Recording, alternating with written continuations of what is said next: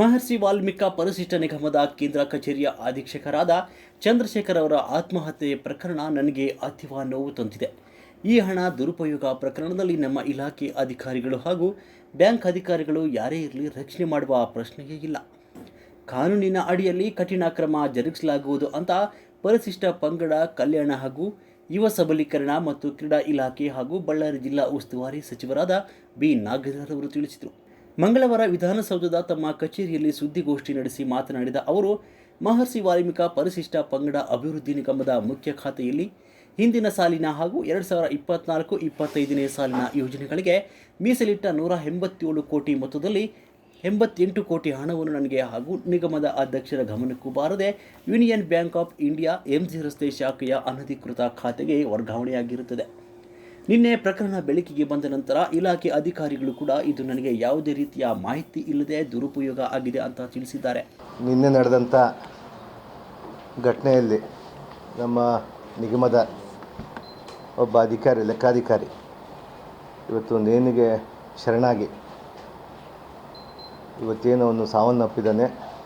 ಮುಖ್ಯವಾಗಿ ಪ್ರಥಮವಾಗಿ ಅವ್ರ ಕುಟುಂಬಕ್ಕೆ ನಾನು ವಿಷಾದವನ್ನು ವ್ಯಕ್ತಪಡಿಸ್ತೀನಿ.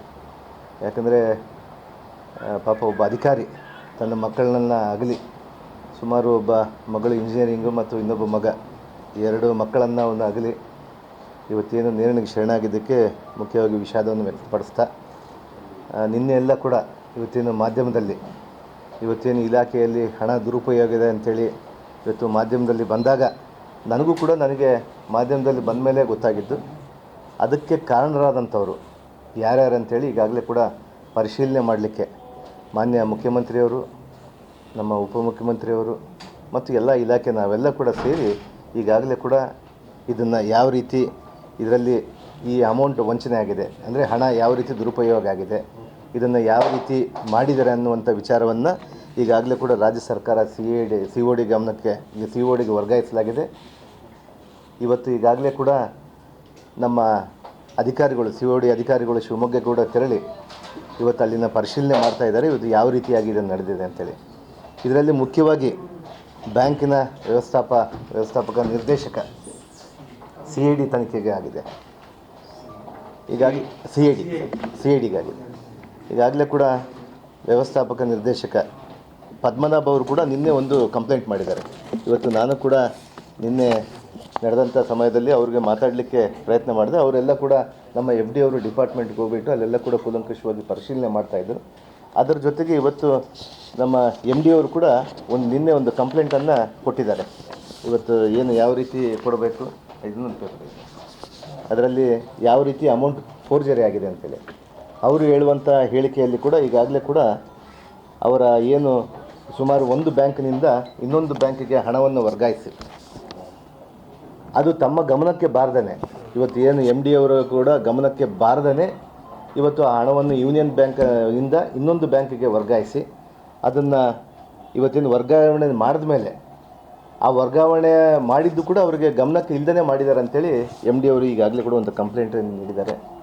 ಇವತ್ತು ಬ್ಯಾಂಕ್ನವರು ಕೂಡ ಆ ಹಣವನ್ನು ಮೊತ್ತವನ್ನು ಕೂಡ ಇವಾಗ ನಮಗೆ ಮತ್ತೆ ಇನ್ನೊಂದು ಬ್ಯಾಂಕಿಗೆ ಬ್ರಾಂಚಿಗೆ ಏನು ಟ್ರಾನ್ಸ್ಫರ್ ಆಗಿದೆ ಅದನ್ನೆಲ್ಲ ಕೂಡ ಹಣವನ್ನು ಮತ್ತೆ ನಮ್ಮ ಖಾತೆಗೆ ವರ್ಗಾಯಿಸಲಿಕ್ಕೆ ನಾವು ಈಗಾಗಲೇ ಕೂಡ ಸೂಚನೆ ಕೊಟ್ಟಿದ್ದೀವಿ. ಅವರು ಕಂಪ್ಲೇಂಟಲ್ಲಿ ಕೂಡ ಬರೆದಿದ್ದಾರೆ. ಅವರು ಅದನ್ನು ನನ್ನ ಸಹಿ ಇಲ್ಲದೇ ನನ್ನ ಅನುಮತಿ ಇಲ್ಲದೇ ನನಗೆ ಯಾವುದೇ ಕಾರಣಕ್ಕೆ ನನಗೆ ಗೊತ್ತಾಗಲಾರ್ದಂತೆ ಈ ಲೆಕ್ಕಾಧಿಕಾರಿಗಳು ಮಾಡಿರ್ಬೋದು ಅಂಥೇಳಿ ಒಂದು FSL ಮೂಲಕ, ಅಂದರೆ ಅವರು ಏನು ಸಹಿ ಮಾಡಿಕೊಟ್ಟಿದ್ದಾರೆ ಅವರ ಸಹಿ ಅಂಥೇಳಿ ಅವತ್ತು ಬ್ಯಾಂಕಲ್ಲಿ ಏನಿದೆ ಅಲ್ಲ ಅದನ್ನು FSL ವರದಿಗೆ ಇವಾಗಲೇ ಕೂಡ ಕಳಿಸಿದ್ದಾರೆ. ಇವತ್ತು ನನ್ನ ಸಹಿ ಅಲ್ಲ ಅಂತೇಳಿ ಹೇಳ್ತಾ ಇದ್ದಾರೆ. ನನ್ನ ಗಮನಕ್ಕೆ ಬಾರದೇ ಬ್ಯಾಂಕಿನ ಅಧಿಕಾರಿಗಳು ಮಾಡಿದ್ದಾರೆ ಅಂಥೇಳಿ ಇವತ್ತು ನಮ್ಮ ಎಮ್ ಡಿ ಅವರು ಒಂದು ಕಂಪ್ಲೇಂಟನ್ನು ಕೊಟ್ಟಿದ್ದಾರೆ. ಸರ್ಕಾರಕ್ಕೆ ತಂದಿದ್ದಾರೆ ಅದನ್ನು ಕಂಪ್ಲೇಂಟನ್ನು. ನಾವು ಈಗಾಗಲೇ ಕೂಡ ಅದನ್ನು ಆರ್ಡರ್ ಮಾಡ್ತಾಯಿದ್ದೀವಿ. ಸುಮಾರು 87 ಕೋಟಿ ಹಣವನ್ನು ವರ್ಗಾವಣೆ ಮಾಡಿಕೊಂಡಿದ್ದರು. ಆದರೆ ಅದರಲ್ಲಿ ನಿನ್ನೆ ಕೂಡ ರಿಕವರಿಗೆ ಆಗಿ ನಿನ್ನೆ ಒಂದು 23 ಕೋಟಿ ಮತ್ತು ಒಂದು 5 ಕೋಟಿ 28 ಕೋಟಿ ರಿಕವರಿ ಆಗಿದ್ದಾರೆ. ಇವತ್ತು ಸಾಯಂಕಾಲದೊಳಗಡೆ ಇವತ್ತೇನು ಎಮ್ ಡಿ ಅವರಿಗೆ, ಅಂದರೆ ಎಮ್ ಡಿ ಅವರು ಇವತ್ತು ನಾವು ಸರ್ಕಾರದವರು ಕೂಡ ಆ ಯೂನಿಯನ್ ಬ್ಯಾಂಕ್ ಆಫ್ ಇಂಡಿಯಾ ಅವರಿಗೆ, ಅವ್ರ ಚೇರ್ಮನ್ರಿಗೆ ಮತ್ತು ಅವರ ಡೈರೆಕ್ಟರ್ಗಳಿಗೆ ಎಲ್ಲ ಮಾತಾಡಿದ್ದೀವಿ. ಅವರೆಲ್ಲ ಕೂಡ ಸಾಯಂಕಾಲದೊಳಗಡೆ ಹಣವನ್ನು ವರ್ಗಾವಣೆ ಮಾಡ್ತೀವಿ ಅಂತ ಹೇಳಿದ್ದಾರೆ. ಇನ್ನು ರಿಮೈನಿಂಗ್ ಎಷ್ಟು 87ಕ್ಕೆ ಎಷ್ಟು ಕಡಿಮೆ ಇರೋದು ಆ ಹಣವನ್ನು ಇವತ್ತು ಸುಮಾರು ಒಂದು 50 ಕೋಟಿ ಸಾಯಂಕಾಲದೊಳಗಡೆ 5 ಗಂಟೆ ಒಳಗೆ ನಾವು ಹಿಂದಿರುಗಿಸ್ತೀವಿ ಅಂತ ಹೇಳಿದ್ದಾರೆ. ಅದರ ಆಧಾರದ ಮೇಲೆ ಅವ್ರು ಏನಾದರೂ ಹಿಂದೆ ಯೂನಿಯನ್ ಬ್ಯಾಂಕಿಂದ ಯೂನಿಯನ್ ಬ್ಯಾಂಕೇ ಮಾಡ್ಕೊಂಡಿದ್ದಾರೆ ಅವರು. ಇನ್ನೊಂದು ಬ್ರಾಂಚಿಗೆ ಮಾಡ್ಕೊಂಡಿದ್ದಾರೆ, ಬ್ರಾಂಚ್ ಚೇಂಜ್ ಮಾಡ್ಕೊಂಡಿದ್ದಾರೆ, ಅಕೌಂಟ್ ಬೇರೆ ಮಾಡ್ಕೊಂಡಿದ್ದಾರೆ. ಅದರಲ್ಲಿ ಇವ್ರದ್ದು ಏನು ಹೇಳ್ತಾರೆ ಅಂದರೆ, ನಮ್ಮ ಎಮ್ ಡಿ ಅವರು ಕೂಡ ಅವ್ರ ಗಮನಕ್ಕಿಲ್ದೇ ಆಮೇಲೆ ಆ ಹಣ ಡ್ರಾ ಮಾಡುವಂಥ ಸಂದರ್ಭದಲ್ಲಿ ಅವ್ರಿಗೆ ಒಂದು ಮೆಸೇಜ್ ಬರುತ್ತೆ ಅವರು ಅಧಿಕೃತವಾದಂಥ ಮೊಬೈಲ್ ಸಂಖ್ಯೆಗೆ, ಅದೂ ಬರಲಾರ್ದಂಗೆ ನೋಡ್ಕೊಂಡಿದ್ದಾರೆ ಬ್ಯಾಂಕಿನ ಅಧಿಕಾರಿಗಳು. ಇದರಲ್ಲಿ ನನ್ನ ಗಮನಕ್ಕೆ ಅಂದರೆ ಪ್ರಥಮ ವರದಿ ಪ್ರಕಾರ ನನಗೆ ಫಸ್ಟ್ ರಿಪೋರ್ಟಲ್ಲೇ ನನಗೆ ಇಲ್ಲಿ ತನಿಖೆ ಅಂದರೆ ನೋಡ್ತಾ ಇದ್ದರೆ ಬ್ಯಾಂಕಿನ ಅಧಿಕಾರಿಗಳು ಇದರಲ್ಲಿ ಭಾಗಿಯಾಗಿದ್ದಾರೆ ಅಂತ ತಿಳ್ಕೊತೀನಿ ನಾನು.